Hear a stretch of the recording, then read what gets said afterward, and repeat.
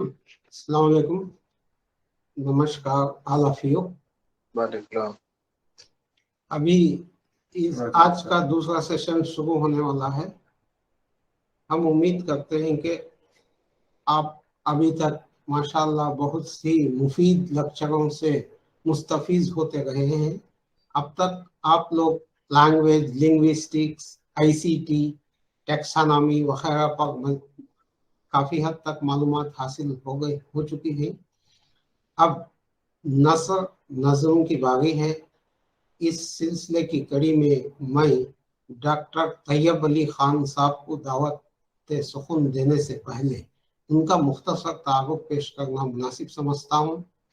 Doctor Tayyab Ali Khan साहब का आबाई वतन दरभंगा, बिहार है। आपने एमए, एमफिल और पीएचडी की डिग्रियां हिंदुस्तान की मशहूर यूनिवर्सिटी जवाहरलाल नेहरू यूनिवर्सिटी से हासिल किया। तालीम से फरागत के बाद आप UTRC लखनऊ यानी Urdu teaching and research centre, जो हमारे CIIL का ही सेंटर है, वहाँ आप मुंसलिक हो गए।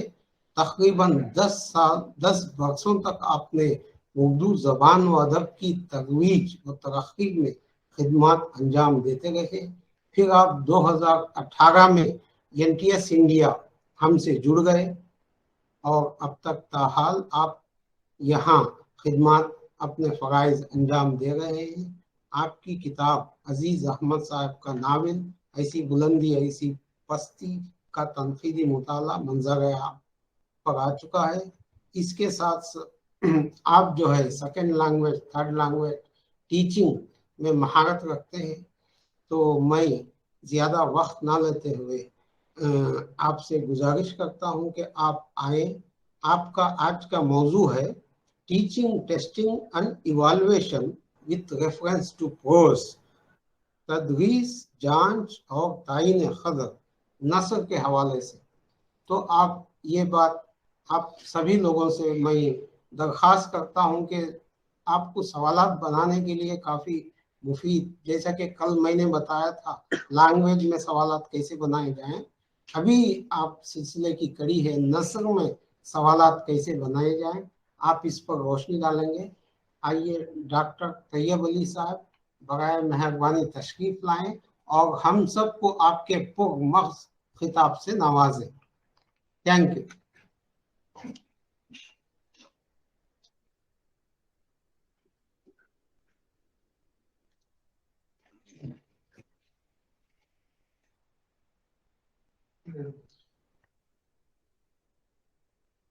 इस नशिस्त में तशरीफ़ फरमा हमारे हरदिल अजीज़ इज़्ज़त माब असतिज़ा कराम, अस्सलामु अलैकुम व रहमतुल्लाहि व बरकातुहू।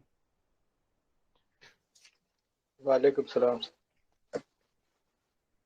आज हमें हुक्म दिया गया है कि teaching, testing and evaluation with reference to prose पे कुछ गुफ्तगू करनी है आप लोगों से। कुछ अपने ख्यालात, कुछ आपके ख्यालात शेयर करने हैं। माशाल्लाह आप लोग आलिम लोग हैं, असतिज़ा हैं, और मैं पिछले 3 दिनों से आप लोगों को मुसलसल देख रहा हूँ। सवाल और जवाब में भी मैं यहाँ बैठ करके देखा है हमने। यकीनन आप लोग बहुत ही इनाम के साथ, बहुत ही सब्र तहम्मुल का सबूत दिया है। हमारा तनगोश होकर के सारे स्पीकर्स को आपने सुना है आप लोगों ने।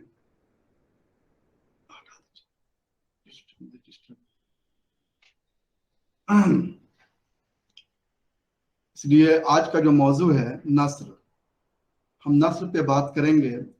अब तक जो बातें हुई हैं हम लोगों के दरमियान, वो ज़बान पे हुई हैं, लिसानियात पे हुए हैं, और इसके मुख्तलिफ गोशे के बारे में हम लोगों ने जानकारियाँ फराहम की हैं। ये उर्दू अदब ज़बान पे मैं कुछ एक शेर मुझे याद आ रहा है कि हजरत दाग का शेर है, जैसा कि हम सब लोग जानते हैं। नहीं खेल बच्चों का दाग यारों से कह दो, कि आती है उर्दू ज़बान आते आते। तो उर्दू ज़बान जो है आते आते ही आती है।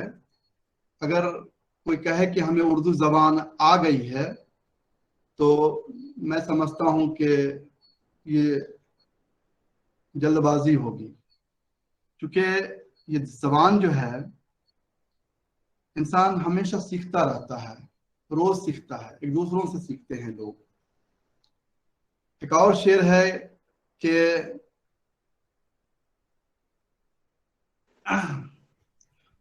उर्दू है जिसका नाम हम ही जानते हैं दाग, सारे जहां में धूम हमारी ज़बां की है। तो उर्दू एक ऐसी ज़बान है जो पूरे मुल्क में बोली जाती है, समझी जाती है, लिखी जाती है, पढ़ी जाती है, और इसके शायकीन पूरी दुनिया में फैले हुए हैं।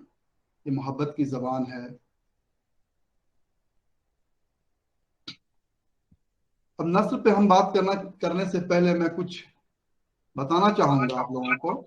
सर थोड़ा सा माइक ठीक करें, आवाज बहुत क्लियर नहीं आ रही है। आप सर अपना माइक ऑफ कीजिए, आप थोड़ा जोर बोलिए। हाँ, नस्र के मुतालिक मैं बताना चाहूंगा कि नस्र जो है अरबी जबान का लफ्ज है, जिसके लुग़वी माने होते हैं फैलाने के, बिखेरने के, छिड़कने के। फैलाव इसमें है, अपनी बातों को विस्तृत तरीके से, डिटेल्स में हम बताना चाहते हैं नस्र के हवाले से। ये तो नस्र की तारीफ हो जाती है छोटी सी। नस्र का ताल्लुक किसी एक फर्द से नहीं है, बल्कि पूरे समाज से होता है। इसकी तारीख खासी पुरानी है। नस्र का इर्तका इंसानी जिंदगी और उसकी तहजीबी व तमद्दुनी इर्तका से वाबस्ता हमेशा रहा है।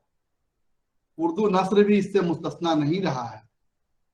ये बात हम सब जानते हैं कि उर्दू का वजूद दो कौमों के इख्तलात और तहजीबी लेन देन का मरहून करम है।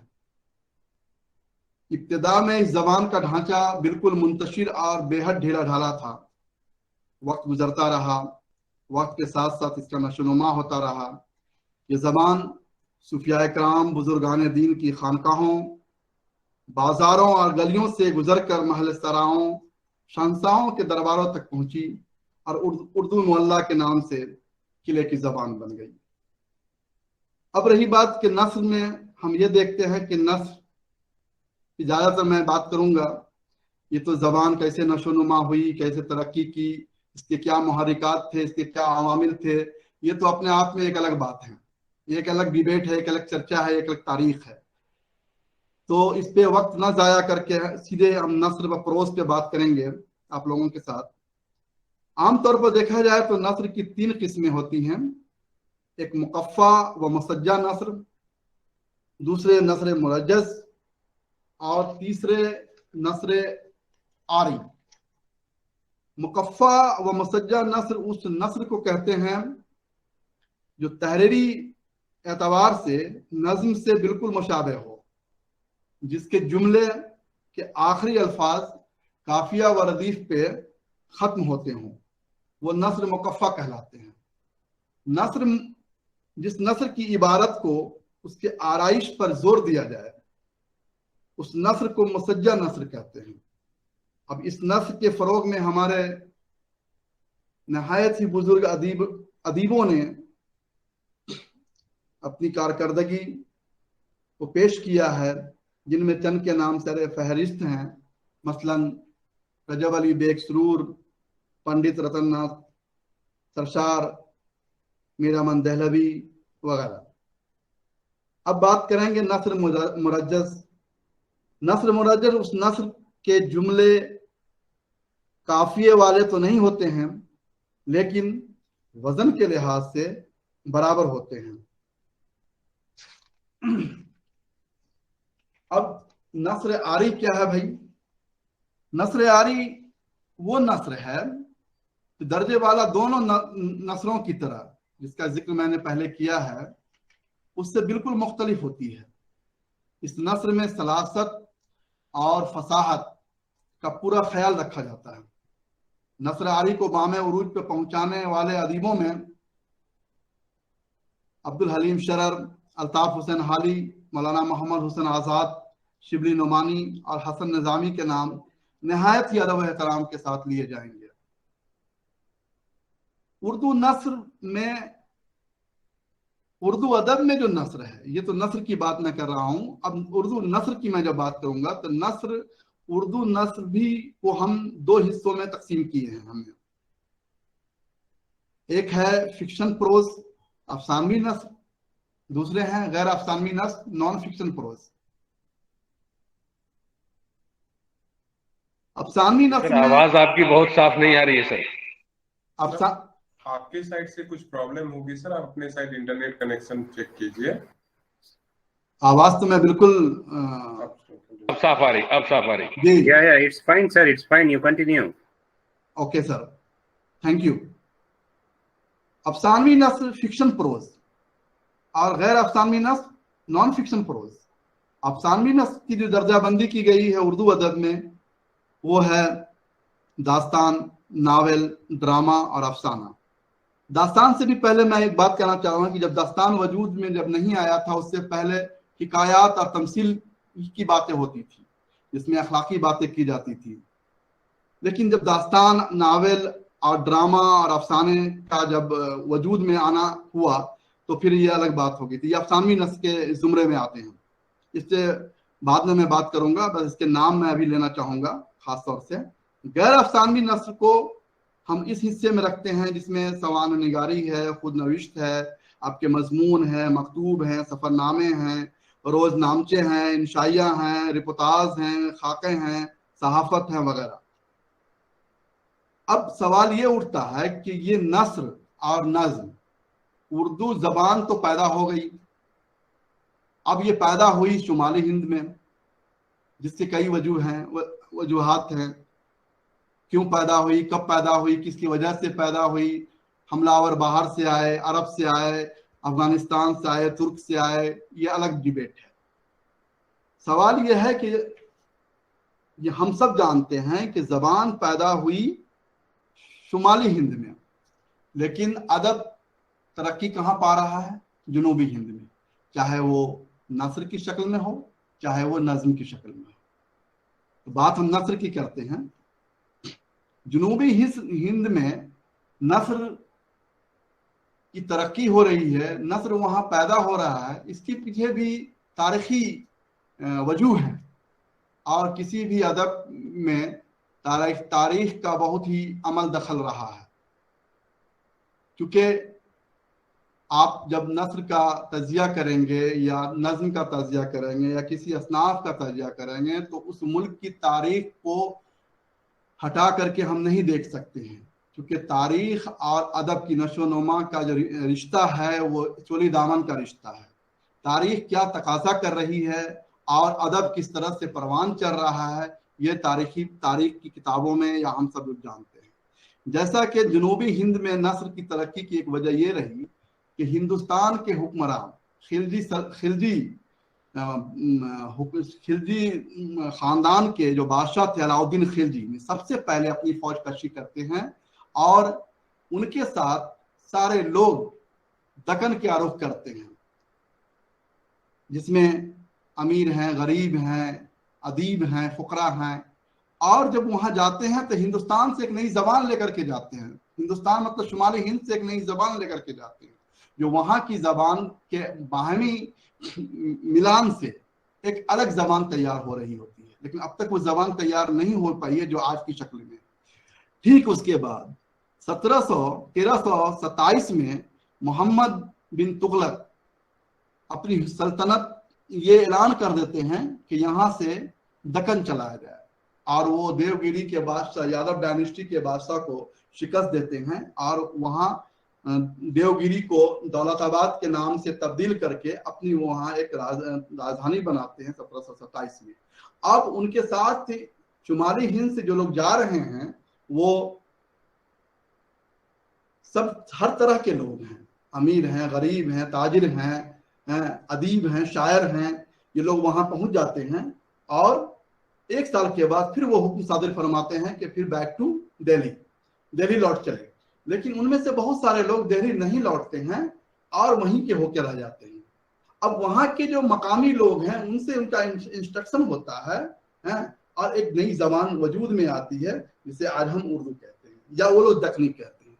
अब इस नस्र में सबसे पहले जो हमें एक नस्र की शक्ल में जो चीजें मिलती हैं वो मिराजुल आशिकीन के हवाले से ख्वाजा बंदा नवाज ने तहरीर की है, वो देखने को मिलती है। उनकी और भी किताबें हैं, हिदायतनामा है, तलातुल वजूद है, वगैरह वगैरह। लेकिन मैं ये कहूँगा कि वहाँ दक्कन में दो हुकूमत कायम होती हैं। सबसे पहले बहमनी सल्तनत कायम होती है, 1347 ईस्वी में बहमनी सल्तनत कायम होती है।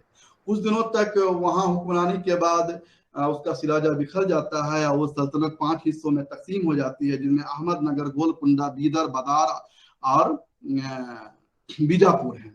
लेकिन उर्दू की तरक्की में नस्र हो या नज़्म में दो रियासत काफी मशहूर रही हैं, गोलकुंडा और बीजापुर। गोलकुंडा में कुतुबशाही डायनेस्टी कायम होती है, जिसकी सरपरस्ती वहाँ के सलातीन, उर्दू की सरपरस्ती वहाँ के सालीन दिल खोल के करते हैं, जिनमें कुली कुतुब शाह, मोहम्मद कुतुब शाह, अब्दुल्ला कुतुब शाह वगैरह वगैरह। बीजापुर में आदिल शाही हुकूमत कायम होती है।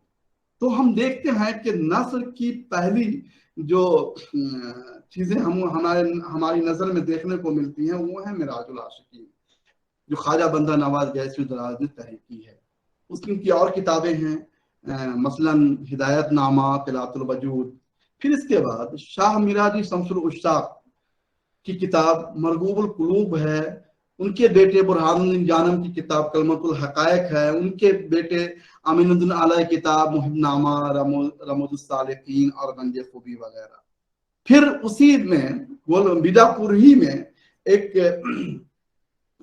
सुल्तान है कुली कुतुब शाह, जिनके दरबारी शायर मुल्ला वजी ने एक किताब तसनीफ की जिसका नाम है सबरस, 1635 ईस्वी में। ये तमसीली दास्तान है। तो देखने को ये मिलता है कि नज्म की शक्ल में हो या नस्र की शक्ल में हो, दक्कन जुनूबी हिंद में इसकी बुनियाद पड़ जाती है।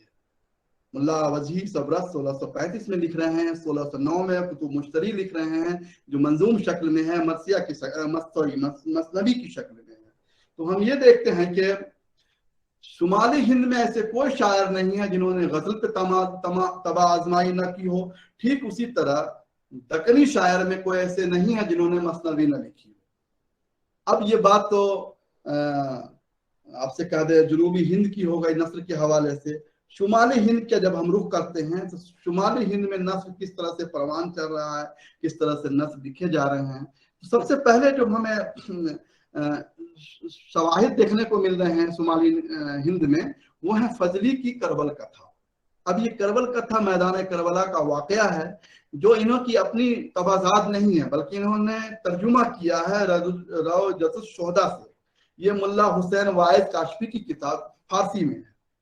फिर इसके बाद ये सारी चीजें जो अभी चल रही हैं दास्तानी की शक्ल में चल रही हैं। उसके बाद एक दास्तान लिखी जाती है अता हुसैन खान तहसीन की नौताज मुरस्सा। ये 1875 में इन्होंने ये तसनीफ की है, जो किस्सा चहार दरवेश अमीर खुसरू की फारसी में किताब है, इसका तर्जुमा उन्होंने किया। लेकिन नस्ल इस तरह से दिन ब दिन तरक्की करती चली गई। फिर इंशाअल्लाह खान इंशा ने रानी केतकी की कहानी 1802 में लिखी। ये सब नस्ल की किताबें लिखी गई और नस्ल तरक्की दिन ब दिन इसकी तरक्की होती चली गई। अब फोर्ट विलियम कायम होता है। फोर्ट विलियम कायम होने के पीछे कई वजूह हैं, क्योंकि हिंदुस्तान पूरी तरह से गुलाम हो चुका है। अंग्रेज हुक्मरान हिंदुस्तान को अपने कब्जे में कर चुके हैं। टीपू सुल्तान शिकस्त खा चुके हैं। हैदर अली, टीपू सुल्तान, सिराजुद्दौला, ये सब अंग्रेजों के हाथ से शिकस्त खा चुके हैं। अब अंग्रेज हिंदुस्तान में पूरी तरह से हुकूमत करना चाहते हैं और वो ये चाहते हैं कि हम हिंदुस्तान में तो हुक्मरान बन गए हैं, लेकिन हमारे जो अमले हैं, हमारे जो अफसरान हैं, वो यहाँ की मकामी जबान को जब तक नहीं समझ पाएंगे, जब तक नहीं देख पाएंगे, वो यहाँ हम किस तरह से अपनी हुकूमत कर पाएंगे, अपना नज्म नस्क कायम कर सके। इसी मकसद के तहत फोर्ट विलियम कॉलेज को लॉर्ड वेलेस्ली जो गवर्नर जनरल है उस जमाने में हैं, अपने एक अफसर को बुलाते हैं जिनका नाम जॉन गिलक्रिस्ट है। वो ऑफिसर हैं, आले ओहदे पे फायज हैं। वो उनको हिदायत देते हैं कि एक ऐसा कॉलेज, एक ऐसा स्कूल कायम किया जाए जहाँ के हिंदुस्तानी जबान को सिखाई जा सके।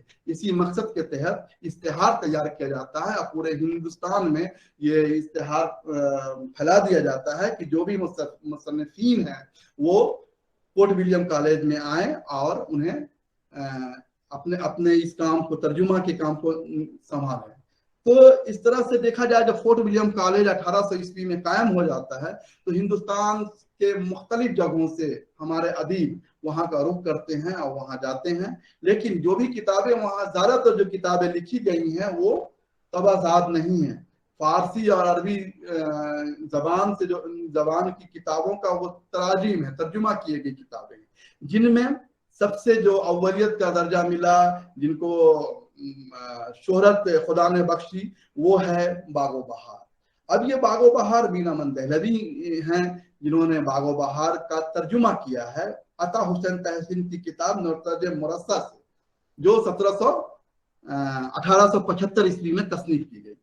अब अंग्रेज की ये हिदायत थी, अंग्रेज अफसरान की, खुसूसी तौर पे जॉन गिलक्रास्ट ट्रेच की ये हिदायत थी कि ऐसी जबान में किताब लिखी जाए, ऐसे सहल उर्दू में, जो हमारे अफसरान या हमारे जो भी मुलाजमीन हैं, अंग्रेज मुलाजमीन, वो अच्छी तरह से समझ सकें और लोगों के बीच में इंटरेक्शन हो सके। तो इसी मकसद के तहत ये बागो बहार तस्नीफ की जा गई, जो दास्तान है और नसरी दास्तान है बल्कि। और इसके साथ बागो बहार के साथ कई और भी किताबें तर्जुमा हुई, जिसमें आराइश महफिल हैदर बख्श हैदरी की है। उसके बाद मीर शेर अली अफसोस ने बागे उर्दू, जो गुलिस्तान शेख सादी की गुलिस्तान का तर्जुमा किया उन्होंने। मिर्जा अली लुत्फ ने तस्करे हिंद लिखा। इस तरह से ये किताब यहाँ तस्नीफ हुई और नस्र का सिलसिला चलता रहा। काजिम अली जवां जैसे अदीब ने शकुंतला, कालिदास का ड्रामा है शकुंतला जो संस्कृत में है, उसका तर्जुमा किया। लल्लू लाल जी सिंहासन बत्तीसी जैसी किताब का तर्जुमा किया। अब नस्र, यहाँ तक तो दास्तान में बहुत सारी किताबें लिखी गई, नस्र तरक्की कर रही हैं, लेकिन golden period of Urdu prose का जो जमाना आता है उसको हम देखते हैं सर सैयद और सर सैयद की अलीगढ़ तहरीक। अब सर सैयद सर शकुंतला, कालिदास की शकुंतला का तर्जुमा जो है किस नाम से किया गया था, किसने किया था सर जी? कालिदास की जो का नाटक जो है शकुंतला, हाँ, उसको किस नाम से तर्जुमा किया गया था? अब कालिदास के तर्जुमा जो किया, मैं अभी भूल रहा हूँ किस नाम से किया गया, लेकिन मुझे जहां तक याद आ रहा है कि काजिम अली जवां जो शकुंतला नाटक के नाम से किया गया। शकुंतला नाटक के नाम से? जी जी, शकुंतला नाटक। ये काजिम अली जवान, हाँ जी, काजिम अली जवां का जो ये जो इन्होंने तर्जुमा किया है शकुंतला, जो फारसी जो कालिदास का नाटक खुद है शकुंतलम, अभिज्ञान शकुंतलम, अभिज्ञान शकुंतलम, यस, अभिज्ञान शकुंतलम का तर्जुमा ये नाटक शकुंतला के नाम से किया है, जो संस्कृत में था पहला। ठीक है, इससे बाद में बात करेंगे हम लोग हैं, अभी जरा वक्त का ये है, ख्याल रखिए। उसके बाद लल्लू लाल जी भी किताब, बहुत सारी किताबों का तर्जुमा किया है उन्होंने, लेकिन सिंहासन बत्तीसी जो है उसमें अहम मकाम रखता है। लेकिन जब नस्र को हम देखते हैं सर, तो golden period of Urdu prose Sir Syed और सर सैयद की तहरीक से शुरू होता है। अब हम सब जानते हैं कि सर सैयद अहमद खान एक मुसल्लह कौम की हैसियत से हमारे हिंदुस्तान में नमूदार होते हैं, और हिंदुस्तान का अंग्रेज का जमाना है, 1857 की नाकाम बगावत हुई है जिसे हम गदर भी कहते हैं। उसमें किस तरह से एक हुक्मरान को जलील किया जाता है, उसे अरेस्ट करके रैंगून भेज दिया जाता है, वो मुगलिया सल्तनत का सिराजा बिखर जाता है और तमाम नफसी नफसी का आलम है। बहुत सारे बेगुनाह आलिम उदबा को सरेआम फांसियां दी जाती हैं। इसमें सर सैयद अहमद खान एक मसीहा के तौर पे सामने आते हैं और अंग्रेजों से इस तरह से ताल्लुकात पेश करते हैं कि बहुत से लोगों की इन्होंने जान भी बचाई है। आपने उसी जमाने में देखा होगा कि मौलवी मोहम्मद बाकर, जिनको सरेआम फांसी दी गई थी, उन पे इल्जाम था कि देशद्रोही का इल्जाम था, मुल्क से गद्दारी करने का, अंग्रेज के खिलाफ गद्दारी करने का इल्जाम था, जिन्होंने अखबार, उर्दू अखबार या उर्दू दहली अखबार उन्होंने निकाला था। इस पर भी मैं बात करूंगा जब सहाफत पे बात करेंगे तो। लेकिन अभी सर सैयद अहमद खान जब अलीगढ़ मुस्लिम कॉलेज, मतलब उनकी कॉलेज का नाम है oriental college, MAO, Mohammedan Anglo oriental college. MAO, Mohammedan Anglo oriental college. ये 1875 में अलीगढ़ में इन्होंने बुनियाद डाली, क्योंकि वो मुंसिफ हैं, आला ओहदे पे फायज हैं, लेकिन उनका मकसद है कि एक ऐसे कॉलेज की बुनियाद डाली जाए जिसमें जदीद तालीम दी जाए। रिवायती तालीम तो हिंदुस्तान में लोग पा ही रहे थे, अरबी, फारसी वगैरह वगैरह, लेकिन जदीद तालीम से ये कौम बिल्कुल नाआशना थी। इसी मकसद के तहत उन्होंने ये कॉलेज कायम किया, जो 1916 में जाकर के यूनिवर्सिटी का दर्जा उस कॉलेज को मिला। अब सर सैयद की जो तहरीक है, उनके जो ख्यालात है, उनकी जो जांफशानी है, वो लफ्जों में बयान नहीं की जा सकती। उन्होंने तहजीबुल अखलाक जो रसाला निकाला, इसने बहुत सारे उनके रफ़क़ा जो अलीगढ़ मुस्लिम यूनिवर्सिटी और मोहम्मदन एंग्लो कॉलेज से जुड़ गए थे, उन्होंने अपने मज़ामीन लिख करके लोगों के अंदर एक जज्बा पैदा किया तालीम से मोहब्बत करने की, जदीद तालीम हासिल करने की। उनका पैगाम था कि जब तक हम जदीद तालीम हासिल नहीं करेंगे, या कोई भी कौम जब तक जदीद तालीम हासिल नहीं करती है, वो मुल्क तरक्की नहीं करेगा। इसके लिए उन्होंने कहा कि साइंस की तालीम हासिल कीजिए, अंग्रेजी की तालीम हासिल कीजिए। जब तक हम साइंस, टेक्नोलॉजी और अंग्रेजी की तालीम हासिल नहीं करेंगे, हम आगे नहीं बढ़ सकते किसी भी मैदान में, किसी भी फील्ड में। लिहाजा उन्होंने ये जोर दे करके मुल्क कौम से खिताब किया कि आप अंग्रेजी की तालीम हासिल कीजिए। और बात सही है, जब सर सैयद अहमद खान ने ये तबलीग की और हमारे मुल्क के नौजवान इंग्लिश की तालीम हासिल की और इंग्लैंड में जाकर के बैरिस्ट्री की, तब अंग्रेजों से बात करने के लायक हुए, तब हमारा मुल्क आजाद हुआ। वरना ये आजादी इतनी आसानी से नहीं मिलती। ये अंग्रेजी तालीम और साइंस की तालीम का समरा है। तो तहजीबुल अखलाक के जरिए उन्होंने ये पैगाम फैलाया। साइंटिफिक सोसाइटी उन्होंने कायम की। अब साइंटिफिक सोसाइटी कायम हो जाने के बाद बहुत सारी किताबें तर्जुमा होने लगी। और उनके रफ़क़ा में खुद सर सैयद अहमद खान ने बजाते खुद उर्दू नस्र की जो आबियारी की है, जो मेहनत की है, इस पे जो काबिल तारीफ है, लफ्जों में नहीं बयान किया जा सकता। उनकी मशहूर किताब आसारुस तनादीद, असबाब बगावत हिंद, खुतबात अहमदिया, इंग्लैंड जाकर के उन्होंने 3 साल वहां रह करके खुतबात अहमदिया लिखा। लॉर्ड मेयर ने आप सल्लल्लाहु अलैहि वसल्लम, मोहम्मद सल्लल्लाहु अलैहि वसल्लम की जाते गिरामी पे उंगलियां उठाई थी। इसका जवाब उन्होंने खुतबात अहमदिया लिख करके दिया। उनके रफ़क़ाए कार में मोहम्मद हुसैन आज़ाद, जिन्होंने आब हयात, नरंगे ख्याल, सुखंद फारस जैसी किताबें लिख करके प्रोस की या नस्र की तरक्की की, इसमें 4 चांद लगाया। मोहम्मद हुसैन आज़ादी पे ये बात नहीं रुकती है, आगे अल्ताफ हुसैन हाली ने भी बहुत सारी किताबें लिखी, जिसमें हयात जावेद, मजलिसुन निसा जो औरतों की तालीम से मुतल्लिक है, हयात सादी और यादगार गालिब नहायत ही काबिल। शिबली की बात हम जब करते हैं तो शिबली नुमानी भी आला पाए के, आला दर्जे के मुसन्निफ थे और अलीगढ़ के सर सैयद के रफ़क़ा में से एक समझे जाते थे, जिन्होंने अल फारूक अल मामून किताब लिखा है। अल फारूक हज़रत उमर फारूक की पूरी रुदाद जिंदगी है। अल मामून हजरत खलीफा हारून रशीद के बेटे अल मामून की जिंदगी पे ये किताब पूरी तरह से मुश्तमिल है। अब बात यहाँ पे नस्र के बाद आगे बढ़ती है और फिर दास्तान का दौर आता है। अब दास्तान में देखा जाए, इससे पहले मैंने जब बात की तो फोर्ट विलियम कॉलेज में जितनी भी किताबें लिखी वो दास्तान की शक्ल में लिखी गई, लेकिन दास्तान जो है वो वक्त का तकाजा था। उस जमाने में हिंदुस्तान में जो बादशाह पूरी तरह से अपने आप को कमजोर पा रहे थे, तो अपने दिली सुकून के लिए उन्होंने कहीं ना कहीं पनाह ढूंढनी चाहिए। और उनको पनाह कहाँ मिला? उनको जो पनाह मिली तो वो दास्तान की शक्ल में मिली। वो दास्तान गो को अपने दरबार में रखते थे, दास्तान सुना करते थे, जिसमें खास तौर से लखनऊ के जो सलातीन थे, नवाबीन थे, उनके नाम सर फहरिस्त हैं। इसमें बहुत सारी दास्तानें लिखी गई, दास्तान अमीर हमजा, दास्तान तिलिस्म होशरूबा, अलिफ लैला वगैरह वगैरह, बहुत सारी दास्तानें लिखी गई।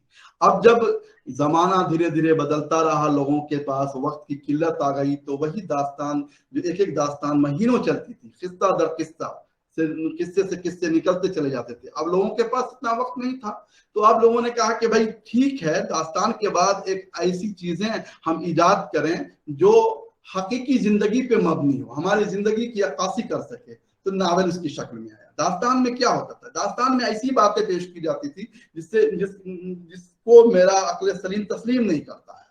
माफकुल फितरत की बातें हो रही हैं। एक देव है जो आपसे कह दे पलंग को उड़ा के लिए जा रहा है, तो ये सब बातें हकीकी जिंदगी में नहीं है। ऐसी बातें जो यकीन भी नहीं की जा सकती, ये दास्तान होती थी। लेकिन जब नावल की जब बात आई, जब नावल वजूद में आता है, तो नावल में यही बात होती है कि हकीकी जिंदगी को पेश किया जाए। और नावल भी कई तरह के लिखे गए हैं हमारे हिंदुस्तान में, जबकि हिंदुस्तान में नावल हो, हमारे हिंदुस्तान में जो नावल है वो दूसरे मुल्क से हमने इसको इजाद किया या अपनाया है। ये हमारे मुल्क में नई चीजें हैं। इससे पहले जो नावल लिखे गए हैं वो यूरोपियन कंट्री में लिखे गए हैं। या आपसे कह दे कि नावल का लफ्ज होता है इटली लफ्ज का मतलब है नावेला से आया है। बहरहाल तो नावल में जब हम देखते हैं कि नावल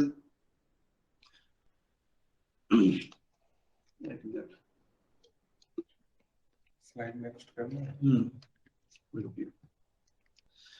तो हिंदुस्तान में जो पहला नावल का हमको सुराग मिलता है वो डिप्टी नजीर अहमद के यहाँ मिलता है। अब वो भी डिप्टी नजीर अहमद अपनी बेटी के लिए किताब लिखे। उस जमाने में कोई प्रिंटिंग प्रेस नहीं हुआ करते थे, असगरी अकबरी के लिए किताब लिख दी उन्होंने और वो नावल की शक्ल अख्तियार की। वो भी अंग्रेज अफसर ने उन्हें कहा कि कुछ ऐसी किताब लिखिए। अंग्रेज अफसर की क्या है, एक दिन इत्तेफाक है कि वो किताब अंग्रेज अफसर ने देख ली उन्होंने, और उसको प्रिंटिंग प्रेस में दे दी गई या वो किताब फिर मंजर आम पे आई तो बहुत ही मकबूल हुई है। तो डिप्टी नजीर अहमद से उर्दू नावल को हम मानते हैं कि वो समझिए कि उर्दू नावल के बाबा आदम माने जाते हैं, वहीं से शुरुआत होती है। लेकिन नावल की तारीख यहीं पे ख़त्म नहीं होती है, नावल आगे बढ़ते चले जाते हैं। बहुत सारे नावल लिखे गए और मुख्तलिफ मौज़ूआत पे नावल लिखे गए, मुख्तलिफ किस्म के नावल लिखे गए, तारीखी नावल, सवानही नावल, समाजी नावल, सियासी नावल वगैरह वगैरह, जिसमें तारीखी नावल में अब्दुल हलीम शरर की भी बात आएंगे। इस तरह से तो बहुत सारी चीजें हैं। हम मुख्तसर चलते हैं क्योंकि वक्त का भी तकाजा है।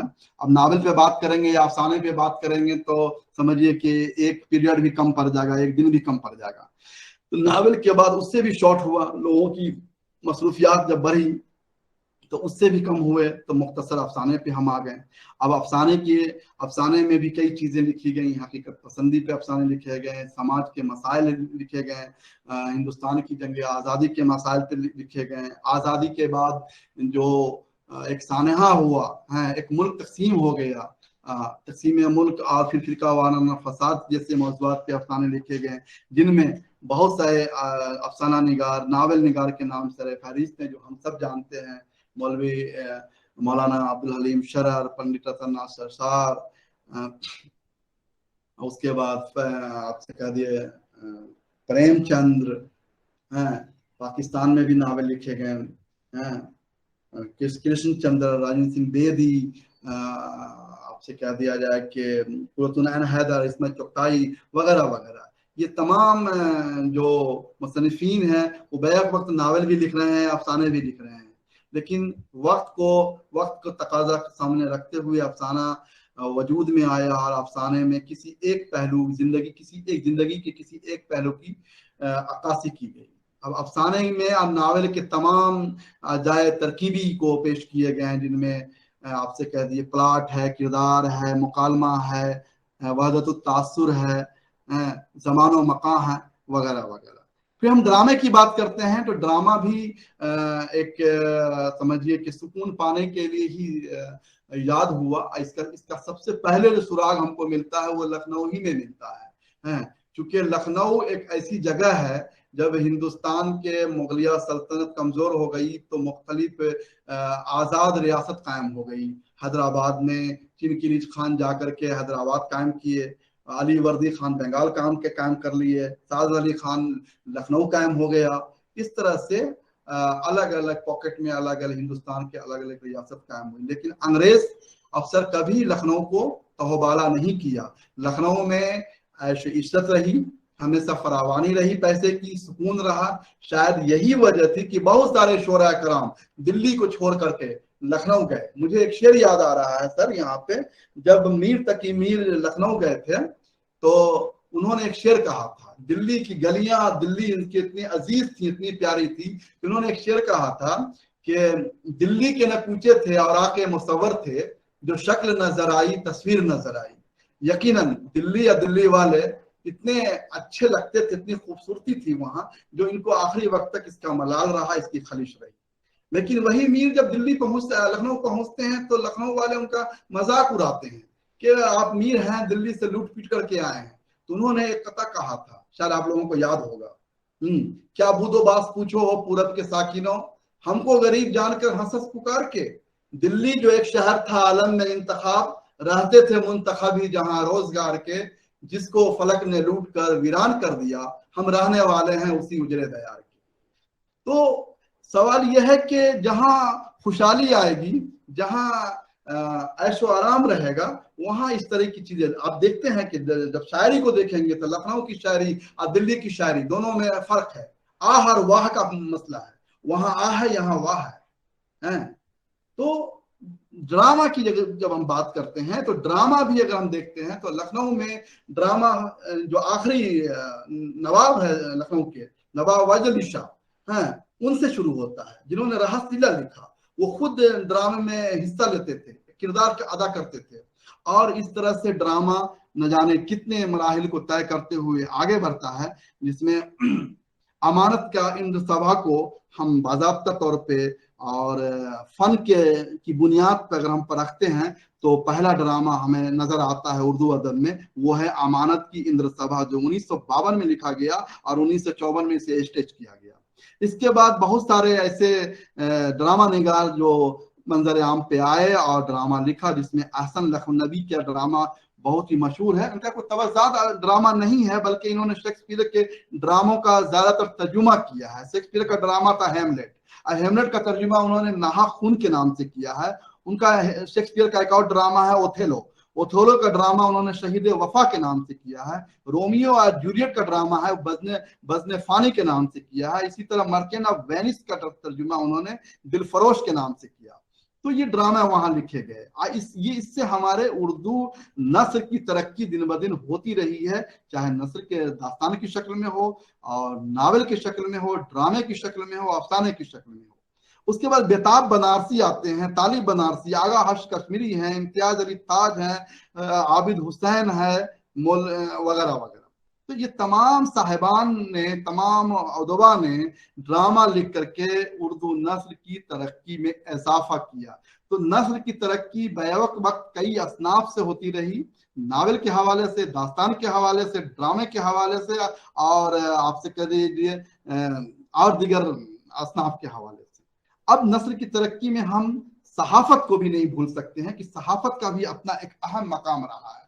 अगर सहाफत के सहाफी अगर नहीं होते तो हिंदुस्तान की जंग आजादी का मशाल कौन जलाता है? शायद यही वजह है कि इस मशाल को जलाने के लिए अपने खून से हिंदुस्तान की आजादी को सींचना पड़ा मौलवी मोहम्मद बाकर को, जिन्होंने उर्दू अखबार लिखा। बाद में यह उर्दू दिल्ली अखबार के नाम से जाना गया। इसके सहाफत के मैदान में भी हमारे तमाम बुजुर्ग उदबा ने हिस्सा लिया, जिनमें सरे फहरिस्त का नाम है मौलाना मोहम्मद हुसैन आजाद का, जिन्होंने 1912 में अल हिलाल और 1914 में अल बलाग नाम से एक अखबार निकाला। फिर मोहम्मद अली जौहर का नाम आता है, जिन्होंने हमदर्द निकाला। जफर अली खान का नाम आता है, जिन्होंने जमींदार अखबार निकाला। हसरत मुहानी है। और अखबार सबसे पहले अगर हम देखा जाए तो जामे जहानुमा से हम देखते हैं कि वहीं से शुरुआत हो रही है। जामे जहानुमा के बाद मौलवी मोहम्मद बाकर का नाम आता है। तो ये मकाले के दौर सहाफत के मैदान में भी उर्दू नस्ल तरक्की करके आगे बढ़ी है, जिसमें बहुत सारे नाम आते हैं। और सहाफत के बाद रिपोताज का भी नाम आता है। रिपोताज हैं उर्दू नस्ल में, इंशाइया हैं जिसे अब्दुल हलीम शरर ने गुजस्ता लखनऊ लिखा, हसन निजामी ने बेगमात के आंसू लिखे, झिंगुर का जनाजा लिखा, फरतुल्लाह बेग ने दिल्ली का आखिरी यादगार मुशायरा लिखा इंसाइये के तौर पे। तंज़ मज़ा में भी आते हैं तो इसमें बहुत सारे अदबा ने हिस्सा लिया है। सवान निगारी में आते हैं अगर हम तो जिक्र गालिब देखिए अल्ताफ हुसैन हाली की, या हयात जावेद है शेख सादी की हयात सादी है। खुद नविश्त पे अगर हम देखते हैं तो मौलाना आजाद का की है तस्करा है या और भी लोगों की है। मकतूब के मामले में अगर देखते हैं तो मकतूब भी काफी अहमियत के हामिल रहे हैं, जिसमें बहुत सारे अदीब ने तबाह आजमाई की है। गालिब की उर्दू हिंदी और खुतूत गालिब नहायत ही अहमियत के हामिल हैं।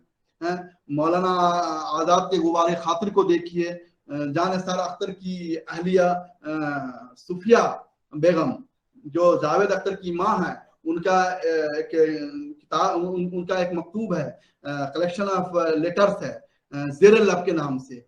तो इस तरह से अगर हम खुतूत निगारी पे ध्यान देते हैं तो खुतूत भी कार फरमा रहा है, वो भी काफी नस्र में मदद की है आगे नस्र को आगे बढ़ाने में। तो इस तरह से ये बात यहाँ आगे बढ़ती है। और अब हम जो बात करेंगे आपसे वो ये तो सारी बातें हुई नस्र की, नस्र किस तरह से तरक्की की, हर फील्ड में नस्र तरक्की करती चली गई है।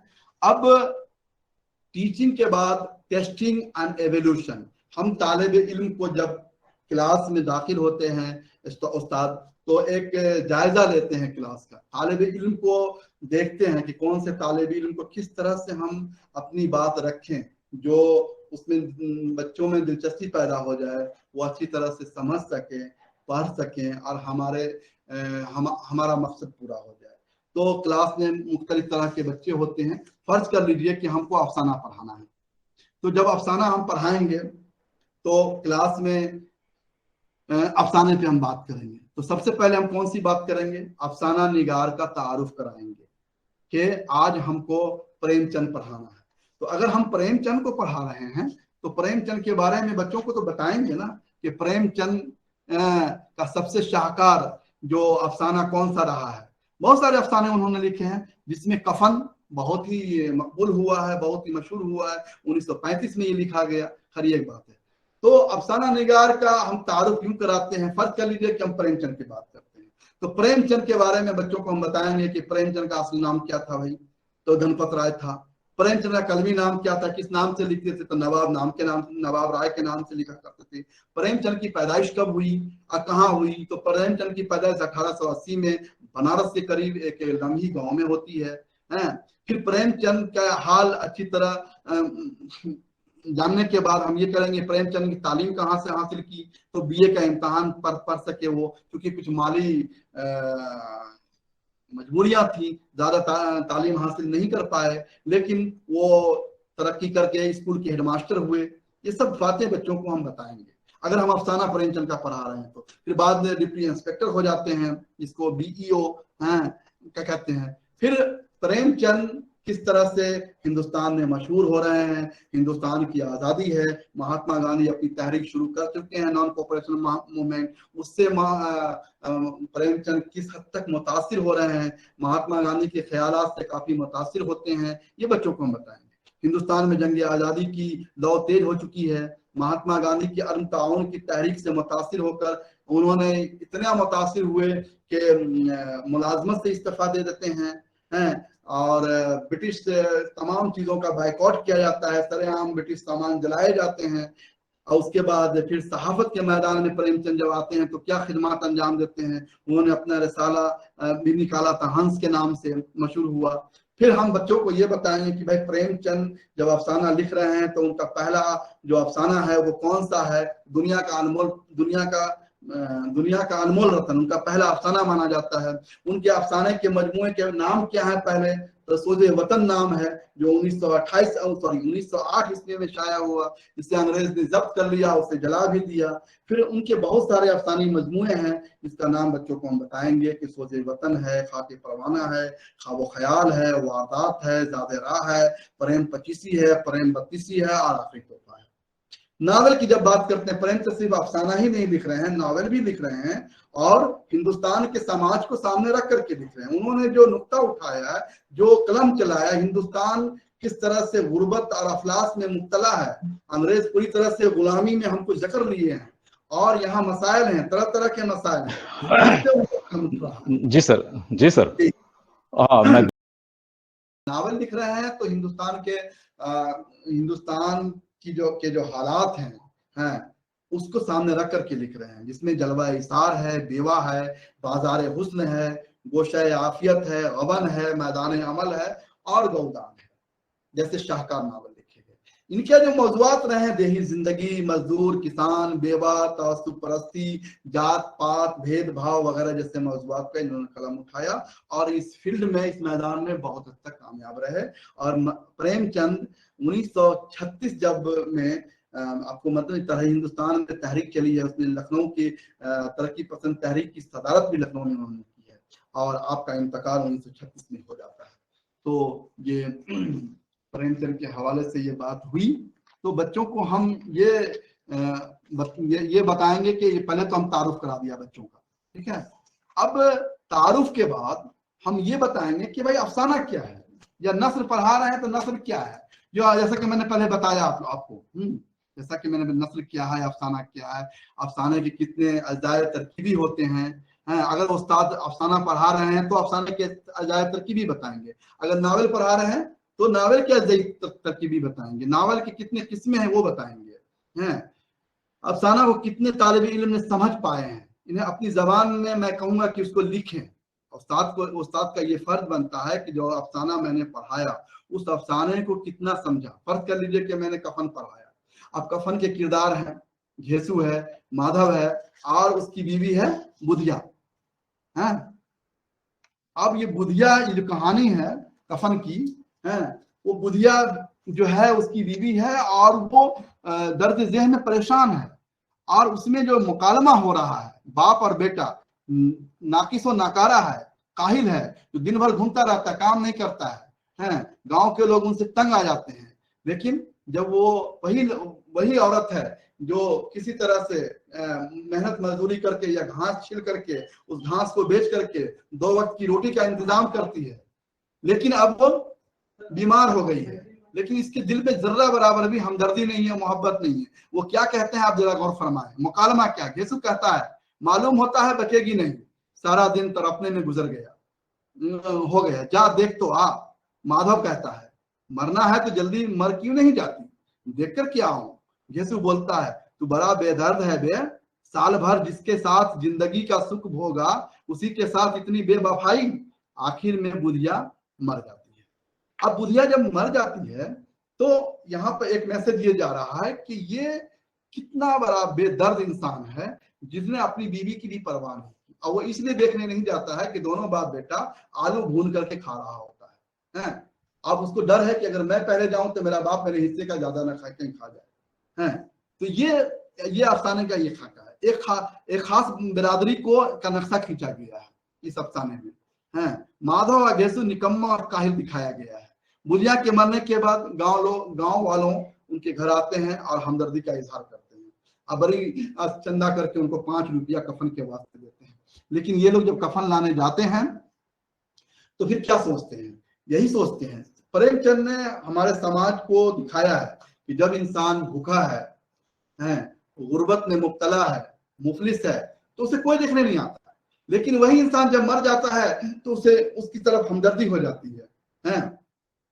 अब जब वो भूखा है तो कोई उससे पूछने नहीं आ रहा है, अब मर गया है, उसकी बीवी मर गई है तो 5 रुपया उसे कफन के लिए दे रहे हैं। तो ये जो बात जो कह रहा है घेसू और माधव कि कफन से क्या होगा, मरने वाले तो मर गए, कफन तो जल जाएगा, इससे अच्छा है कि मैं खा लूं उस पैसे से। और दोनों जाता है, शराब लेता है, पूरी लेता है, कचौरी लेता है, खाता है, और खा करके वहां पे जो नक्शा पेश किया है प्रेमचंद बुधिया के, मैं इसको बेच कर कहा कि कफन तो लास्ट में जल ही जाएगा, क्या फायदा इस कफन से, पैसों से बाप बेटा दिल भर के पूरी कचौरी शराब खाता पीता है और दोनों नाचने लगे, उछले भी, कूदे भी, गिरे भी, मटके भी, हैं, भाव भी बताए और आखिर नशा से बदमस्त होकर वहीं पे गिर पड़े।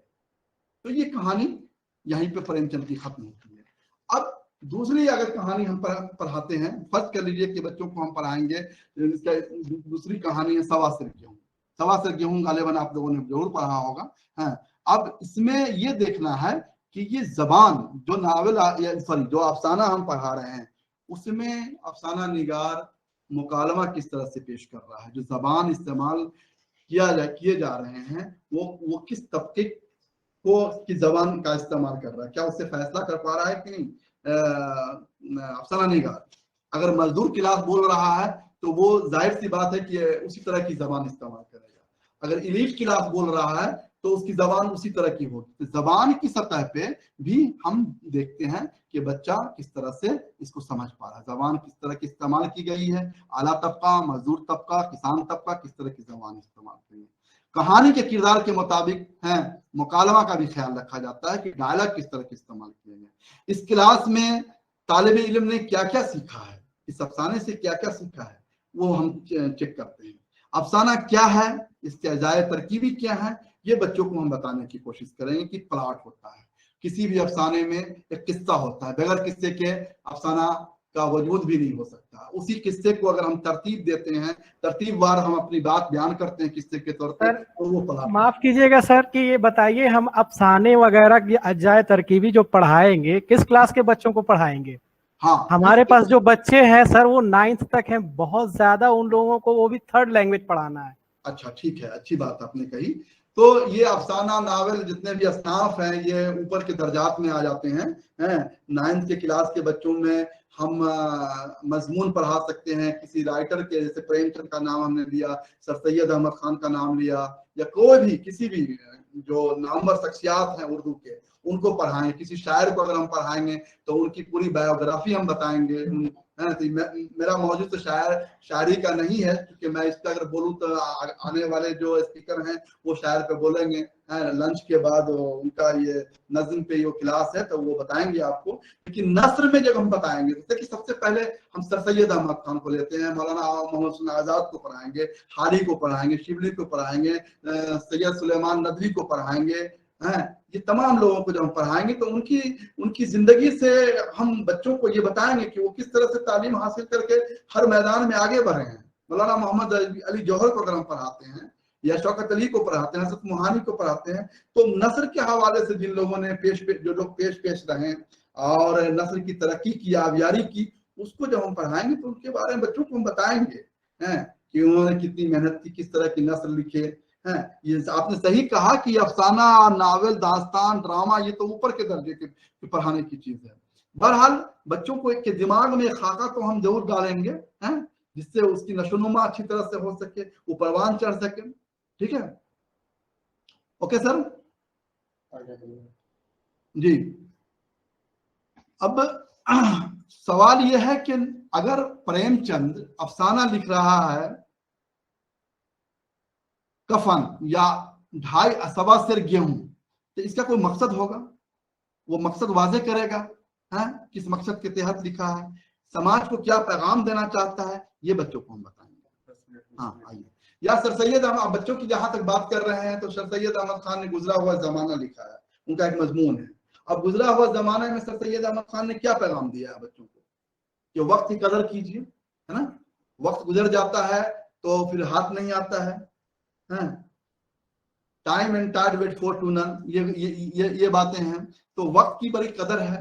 वो बच्चा बूढ़ा हो जाता है ख्वाब में, और रोता है, सिसकता है, बिलखता है, जब उसकी आंख खुलती है तब वो खुशी मिलती है। तो ये बताने की कोशिश की, इस तरह के मज़ामीन अगर हम बच्चों को पढ़ाते हैं तो यकीनन उनके दिमाग में बहुत सारी चीजें आएंगी और तालीम और तरबियत की तरफ वो अपना ध्यान समझिए कि देंगे, उससे दिलचस्पी पैदा करेंगे।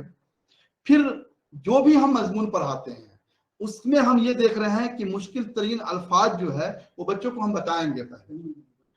फर्ज कीजिए कि हमने कोई भी मजमून पढ़ाया, उसमें हम चेक करेंगे कि कौन कौन से अल्फाज हैं। ठीक है, उन अल्फाज को हम बोर्ड पे लिखेंगे कि इसके माने ये हैं, इसके तस्कीर और तानीस बताएंगे उस अल्फाज की, क्योंकि बच्चों को हम जिस तरह से बढ़ाते हैं वही जाकर के आगे बढ़ता है। Child is the father of the man, ये कहा जाता है। जैसी हम बुनियाद डालेंगे वैसे ही समझिए कि छत भी तैयार होगी। अगर बुनियाद टेढ़ी होगी तो आगे जाके दीवार टेढ़ी हो जाएगी, छत भी टेढ़ी हो जाएगी। तो बच्चे का जो दिमाग होता है कोरे कागज की तरह होता है। ठीक है, और कोरे कागज में हम जो चीज डालेंगे वही हमेशा के लिए उसमें नक्श हो जाता है। मैंने भी बहुत हद तक महसूस किया है कि बचपन में हमारे मौलवी साहब या हमारे उस्ताद मोहतरम जिन चीजों को पढ़ा दिया वो आज भी नक्श है मेरे दिमाग में। ठीक है, तो वो निकलता नहीं है। तो सही से अगर बच्चों की तरबियत दी जाए, तालीम दी जाए, तो वो जबान की सतह पे, इमले की सतह पे, जुमले की सतह पे, तलफ़ुज़ की सतह पे उसकी तरक्की होगी, वो आगे जाकर के हर फील्ड में अच्छा करेंगे। लेकिन जब जबान ही खराब हो जाती है, मैं अपने गांव में जाता हूं तो मौलवी साहब से कहता हूं कि तलफ़ुज़ पर ध्यान दीजिए, जिंदगी है जिंदगी है, कलम है या कलम है, ये तानीस है या तस्कीर है। अब तो ये देखते हैं कि बहुत से तालीम याफ्ता पढ़े लिखे लोग भी तस्कीर और तानीस में गलतियां कर जाते हैं, उसके बाद वाहिद जमा में गलतियां हो जाती हैं लोगों से। तो इन चीजों का बच्चों को ख्याल हमें रखना है, क्योंकि हम सब उस्ताद हैं और उस्ताद का ये अवलीन फर्ज होता है कि बच्चों को किस तरह से हम पढ़ाएं। मुश्किल अल्फाज के जुमले बताएंगे, सॉरी ये माने बताएंगे, उसको जुमले में इस्तेमाल किस तरह से किया जाता है, चाहे नस्ल में हो या नज़्म में भी हो। अब वक्त का तकाजा है, तो मैं ये कह रहा था कि ये बात मेरी पूरी नहीं हुई। अब मैं हमारे GFR यहाँ जो है तैयार किए गए हैं नस्र के हवाले से। नज्म हमने तो नज्म में भी तैयार किया है, नस्र में भी तैयार किया है, तो ये हमारे इस पे स्क्रीन पे है, गालिबन आप लोग भी देख रहे होंगे। तो इतनी चीजों पे यहाँ हम लोग बताते हैं, और भी प्रोग्राम होते हैं जिसमें प्रोज 1 लाइन, प्रोज 1 में तकरीर है, मुकालमा गुफ्तगू है। आगे देता हूँ। हाँ, जैसा कि मैंने बता खुद नविश्त की भी जिक्र मैंने किया है, ये हमारे GFR NTS इंडिया की तरफ से है, तो इसको आप लोग गौर करें। सवाने है, चुटकुला व बजला संजी है, सफरनामा है, नाम लिख दिया गया, इसके तरमीम की जरूरत है। अफसाना है, नावल है, मकतूब है, मजमून इंशाइया है, रिपोर्ट है, जरायद है, याददाश्तनामा है, रमा तबसरा है, आंखों देखा हाल है, खाका है, दास्तान है, उमूमी वगैरह। अब इसकी तफसील बताने की जरूरत नहीं है, क्योंकि इससे पहले बातें हो चुकी हैं। अब तकरीर पे क्या मैं बताऊं, आप लोग जानते, तकरीर गुफ्तगू या ज़बानी इजहार के उस अमल को कहते हैं जिनमें ख्यालात व एहसासात की तरसील की जाती है। ये ज़बान का एक मखसूस तर्ज इजहार है, जिसके जरिए इंसान अपनी कुव्वत गोयाई और महारत ज़बान से काम लेकर मुतालिका मौज़ूआत पे अपनी मालूमात को सामीन तक पहुंचाता है। मुकालमा व गुफ्तगू, डायलॉग एंड कन्वर्सेशन। मुकालमा शख्सी, जाती, इनफिरादी तरसील का अमल अहम जरिया है। इस वसीले से इंसान अपने मुखातिब तक अपने जाती एहसासात की तरसील करता है। मुकालमा जिस कदर तहजीब और मुआशरत से करीब होगा, गुफ्तगू उतनी ही असरदार होगी। खुदनविश्त, अब खुदनविश्त क्या है पूरी डिटेल्स मैंने नहीं बताया है, खुदनविश्त बोल करके मैं आगे निकल गया। खुदनविश्त में जो अदीब जिंदा अदीबी ने अपना कारहाय अंजाम दिया, उनके नाम मैंने लिया। तो खुदनसीब के बारे में मैं थोड़ा बोलना चाहूँगा। खुदनविश्त सवाने एक बयानिया सिनफ अदब है, जिसमें मुसन्निफ अपनी जिंदगी के वाक़यात खुद बयान करता है, और इसका मरकजी किरदार या हीरो खुद मुसन्निफ की ज़ात होती है। एक अच्छी खुदनविश्त में हम अहम अनासिर का होना जरूरी होता है, जो दर्ज झैल है। खुदनविश्त किसी फर्द वाहिद की दास्तान हयात होती है, जिसे उसने खुद सुपुर्द कलम किया हो। खुदनविश्त सवाने में सच्चाई का उन्सुर गालिब होता है। खुदनविश्त सवाने हयात का महवर मुसन्निफ की ज़ात होती है, दूसरे अशखास या वाक़यात का जिक्र ज़ैली या ज़िम्नी होता है। खुदनविश्त में मुसन्निफ के तजुर्बात, मुशाहिदात और जज्बात की अक्कासी होती है, और इसकी नफ्सियाती कैफियत का परतो भी दिखाई देता है। खुदनविश्त जिंदगी के मुख्तलिफ अदवार पर मुश्तमिल होती है, यानी इसमें साहब सवाने की जिंदगी के हालात को पूरी तफसील से बयान की जाती है। मिसाल के तौर पर आप देखेंगे तो यादों की बारात जो जोश मदरी आबादी ने खुदनविश्त लिखी, मौलाना अबुल कलाम आजाद की तस्करा है, इस आवाज खराबे में अख्तर ईमान की देखी है। सवाने के भी यही हाल है। सवाने निगारी को अंग्रेजी में बायोग्राफी कहते हैं। बायो के माने हयात, ग्राफी के माने लिखने के, यानी रुदादे जिंदगी की तहरीर।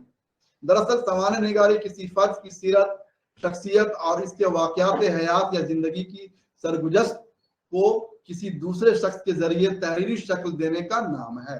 मसलन यादगार गालिब, हयात जावेद, हयात सादी वगैरह वगैरह जो अल्ताफ हुसैन नाली ने लिखी है, अल मामून, अल फारूक मौलाना शिबली नुमानी ने लिखी। विट्स एंड बिट्स, चुटकुला और बजला संजी। चुटकुला हम सब जानते हैं कि चुटकुला हंसना और हंसाना इंसान की बुनियादी खसलतों में शामिल है। चुटकुला व बसला संजी से मुराद यह है कि किसी वाकये को मजाह की चाशनी और इख्तिसार के साथ इस तरह बयान किया जाए कि सुनने वालों के लबों पर तबस्सुम की लहर दौड़ जाए। यह है चुटकुला। ट्रेवलॉग, सफरनामा। सफरनामा क्या है भाई? आलमी अदब में सफरनामे की रिवायत भी निहायत ही कदीम है। सफरनामे में दुनिया के किसी खित्ते के जोग्राफियाई माहौल, तहजीबी और समाजी हालात और वहाँ के इंसानों का अहवाल दर्ज होते हैं। इसमें मुसन्निफ दूसरे मकामात की सैर का अहवाल बयान करता है।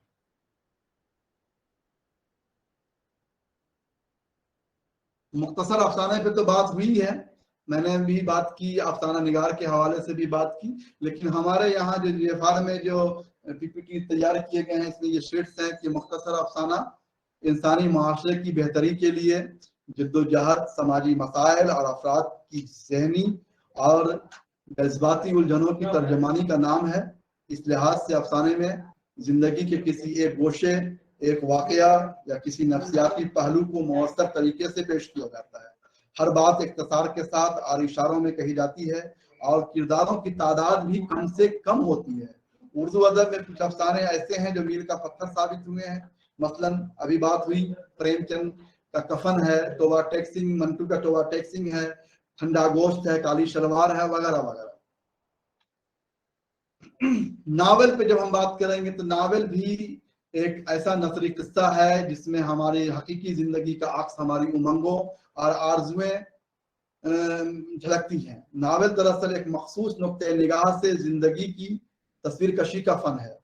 हकीकत को तख्लीक या तख्लीक को हकीकत का जामा पहनाकर इस तरह पेश करना कि नावल की हैसियत से इसके तमाम अज़ाए तरकीबी में तालमेल और हम आहंगी कायम रहे। फनी नुक्ते नजर से नावल के अज़ाए तरकीबी में आपने देखा कि प्लाट है, किरदार है, मुकालमा है, मंजर निगारी है, नजरिए हयात बुनियादी अहमियत रखते हैं। उर्दू अदब में कुछ नावल ऐसे भी हैं जो हमेशा याद किए जाएंगे, मील के पत्थर साबित हुए हैं। मसलन आग का दरिया, जिद्दी, दो गज जमीन, और इंसान मर गया, उदास नसरें, फायर एरिया, दो गज जमीन, वगैरह वगैरह।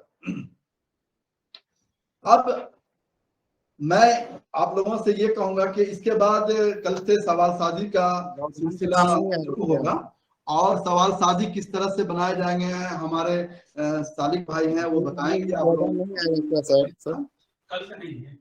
परसों से है, हाँ परसों से सवाल साजी है, तो सवाल किस तरह से बनाए जाएंगे हर असनाफ पे, इसके लिए मैंने हम लोगों ने तैयार किया, एनटीएस ने तैयार किया है, जो आप इसको खुसूसी तौर पे गौर करेंगे और ये चीज हर असनाफ पे लागू होगी। अफसाने पे भी होंगे, ड्रामे पे भी होंगे, ठीक है, नस्र में हो या नज्म में हो, ये चीजें इन तमाम असनाफ पे लागू होंगी। जो इन चीजों को आप जरूर गौर से देखेंगे।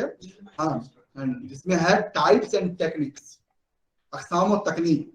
ये बात हमने एक जेनर को लिया है, एक असनाफ को लिया है मिसाल के तौर पे बताने के लिए।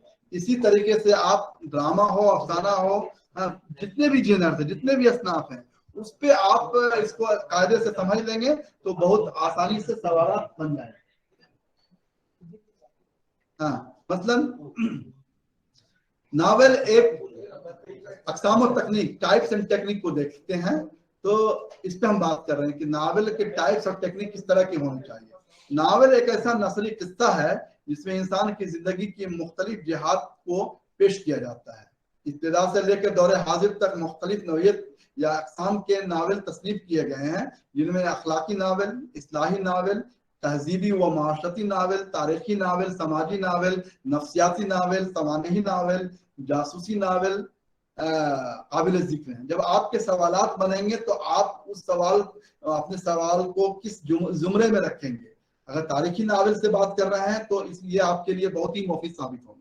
इस अक़साम के नावलों को बयान करने के अंदाज और तौर तरीके भी एक दूसरे से मुख्तलिफ होते हैं। मसलन बेशतर नावलों में बयानिया तकनीक अख्तियार की गई है, कुछ नावल में ड्रामाई कैफियत तो किसी में मुकालमाती अंदाज अख्तियार किया गया है, तो कुछ नावलों में खुद कलामी, फ्लैशबैक और शऊर की रौ की टेक्निक भी इस्तेमाल की। ये तो नावल के टाइप्स एंड टेक्निक्स हुए, अक़साम और तकनीक।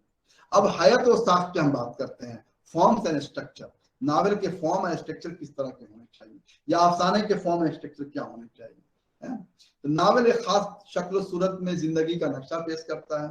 जिस सूरत में सामने आता है उसे हम हयात के नाम से जानते हैं। जिस नक्शे को नावल पेश कर रहा है उसको एक हयात के नाम से जानते हैं। नावल जिंदगी के नशेब व फराज से मुवाफिक हो और समाजी जिंदगी से इतना हम आहंग और मजबूत हो कि जिंदगी का पूरा नक्शा उभर कर सामने आ जाए। ये इसकी हयात में शामिल किए जाएंगे। अगर नावल में ड्रामाई तौर तरीके पेश किए गए हैं तो इसकी हयात भी ड्रामाई ही होनी चाहिए। अगर तहलील नफ्सी के अनासिर पेश किए गए हैं तो इसकी हयात नफ्सियाती ही होनी चाहिए। पर्पस एंड यूजेस, मकासिद और इस्तेमाल। हर तख्लीक का एक मकसद होता है, तख्लीककार का एक मकसद होता है जिस मकसद के तहत वो अपने मकसद को पेश करते हैं या पैगाम देते हैं। नावल निगार भी किसी न किसी मकसद के तहत नावल की तख्लीक करता है। वो समाज को बताना चाहता है और पैगाम भी देना चाहता है। ये मकसद इस तरह से वाज़ेह होना चाहिए कि कारी को ये एहसास न होने पाए कि नावल निगार अपने मकसद की तबलीग कर रहा हो। ये एहसास नहीं होनी चाहिए, वरना नावल का जो मकसद है वो फौत हो जाएगा। मकसद को पेश करने में फनकाराना हुस्न बरकरार रखना चाहिए। अब कंटेंट्स एंड थीम्स की बात जब हम करते हैं तो नावल में मवाद व मौज़ूआत। अब मवाद व मौज़ूआत हम किस तरह का अपनाएंगे किसी भी जेनर के लिए, तो उसके लिए ये है कि नावल में जिंदगी के मुख्तलिफ तजुर्बात को मुख्तलिफ नुक्ते नज़र से पेश किया जाता है। मनाज़िर फितरत की अक्कासी और वाक़यात के तसल्सल से फलसफे जिंदगी की झलक दिखाई देती है। नावल में जहाँ एक तरफ समाजी, सियासी और नफ्सियाती मसाइल और अफराद की ज़हनी और जज्बाती उलझनों की तर्जुमानी मिलती है, वहीं दूसरी तरफ आलमी सतह पे जिंदगी के सारे मसाइल का जिक्र भी मिलता है। मसलन गुर्बत व अफलास भी मौजू होता है। बहुत सारे नावल में इस तरह के मौजू को नावल निगार ने पेश किया है। गुलामी व महकूमी है, बेकारी व बेरोजगारी है, जिहालत तोहम परस्ती है, तबकाती कशमकश है, मुतवस्सित तबके की चाहत व महरूमी है, आला तबके की खोखली नुमाइश पसंदी है, मासी लूट खसोट है, जज्बाती व जिनसी बेरारावी है, तालीम का फुकदान भी है, तकसीम हिंद के बाद फिरका वाराना फसाद जैसे मौज़ूआत भी बहुत सारे नावल में लिखे गए हैं। हिजरत का कर्ब है, महाजरीन की बेबसी और इसकी आबादी वगैरह बेशुमार मौज़ूआत नावल में शामिल किए जा सकते होते हैं। मकतूब की बात करते हैं सर, तो ठीक है, मकतूब की बातें इससे पहले मैंने आप लोगों के सामने शेयर की है। मकतूब के माने लघवी माने होते हैं खत के, लेटर्स के। खत जैसा कि हम सब जानते हैं कि अरबी जबान का लफ्ज है जिसके लघवी माने लकीर, सतर या तहरीर के हैं। खत आमतौर पर मकतूब निगार और मकतूब इलैह के दरमियान तबादला ख्याल का जरिया है जिसमें एक शख्स किसी दूसरे शख्स को अपना पैगाम पहुंचाता है। खत उमूमन 3 किस्म के होते हैं, निजी या जाती खतूत, कारोबारी या तिजारती खतूत और सरकारी खतूत।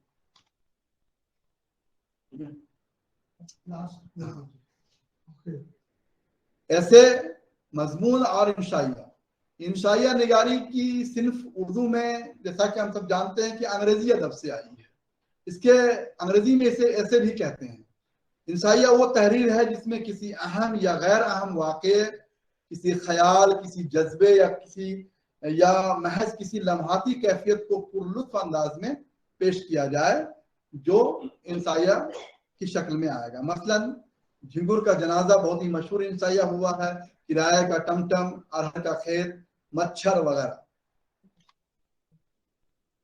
रिपोर्टाज पे जब हम बात करते हैं तो रिपोर्टाज किसी वाकया, कॉन्फ्रेंस या इजलास की ऐसी रिपोर्ट है जिसमें लिखने वाला खुद शरीक हुआ हो या फिर इसका आईनी शाहिद हो और इस रिपोर्ट में अफसाने का अंदाज पैदा हो जाए या फिर इसमें मुसन्निफ की शख्सियत झलक उठे या आम जिंदगी या माशरती से ताल्लुक रखते हैं और इसकी बुनियाद अदबियत पर कायम है। इसमें अदब की चाशनी होती है। फर्ज कर लीजिए कि जिन मौज़ूआत पे मबनी रिपोर्टाज लिखे जाते हैं वो किसी न किसी तौर पर समाज या माशी नौयत के हामिल होते हैं।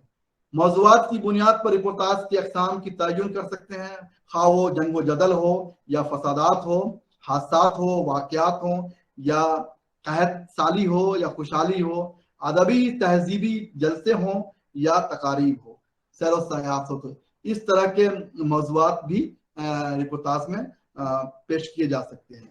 जहां तक रिपोर्टाज की अगर हैयत की हम बात करते हैं तो रिपोर्टाज की हैयत व साख तकरीबन उसी तरह है जैसे अफसानवी या नावल की होती है। नावल अफसाने के किरदार तखय्युल की बुनियाद पर तख्लीक किए जाते हैं, लेकिन जबकि रिपोर्टाज के किरदार हकीकी होते हैं। मकासद अगर है तो वाक़यात की तमाम जुज़ियात को कलम बंद करते हुए मवाद को दिलचस्प तरीन अंदाज में पेश किया जाए, उसको रिपोर्टाज का मौजू कहते हैं। मौजू बहुत हद तक सहाफती हो जाता है। रिपोर्टाज सिर्फ और सिर्फ चश्मदीद हालात, वाक़यात और सानेहात पर ही मबनी होता है। खत्म कीजिएगा क्या? एक मिनट सर, कुछ बात बच रहा है। याददाश्त में इंसानी जिंदगी के अहम वाक़यात, तजुर्बात और ख्यालात को चंद सफ़ों में महफूज किया जाता है, क्योंकि ये तमाम चीजें एक तवील अरसे तक जहन में महफूज नहीं रह सकती। कमेंट्रीज, रवा तबसरा इलेक्ट्रॉनिक मीडिया की एक मकबूल सिन्फ है। रेडियो का रवा तबसरा टेलीविजन के मुकाबले में ज्यादा तेज होता है, क्योंकि रेडियो में इन तमाम चीजों की तफसीलात बयान करनी पड़ती है जिन चीजों को टेलीविजन दिखाता है, खा वो किसी मैच का हो या फिर यौम आज़ादी, यौम जमहूरिया या फिर किसी सियासी मजहबी जुलूस का। इन तमाम मौज़ूआत पर तबसरा करने वालों में न सिर्फ बगौर मुशाहदे की अहलियत होनी चाहिए, बल्कि दिमागी तौर पर इससे मुस्तैद और कुव्वत गोयाई पर बेहतरीन उबूर हासिल होना चाहिए। एक रवा तबसरे में मुबस्सिर की कामयाबी का इन्हिसार इस पर है कि वो अपनी आज़ादी से सामाईन को सिर्फ चश्मे तस्वुर के जरिए जाए वकू की तमाम तफसीलात व मसरूफियात दिखा दे और सामाईन को इस तकरीब में शरीक होने का एहसास भी हो जाए। वक्त दामनगीर है असतिज़ा कराम, बहुत सारी चीजें छूट जा रही हैं, तो इंशाअल्लाह फिर आप लोगों से हम इंटरेक्ट होंगे, कभी बातें होंगी तो जो तशनगी बाकी रह गई है वो मैं करूंगा। इसी के साथ मैं अपनी बातों को यहीं पे खत्म करना चाहूंगा। बहुत बहुत शुक्रिया।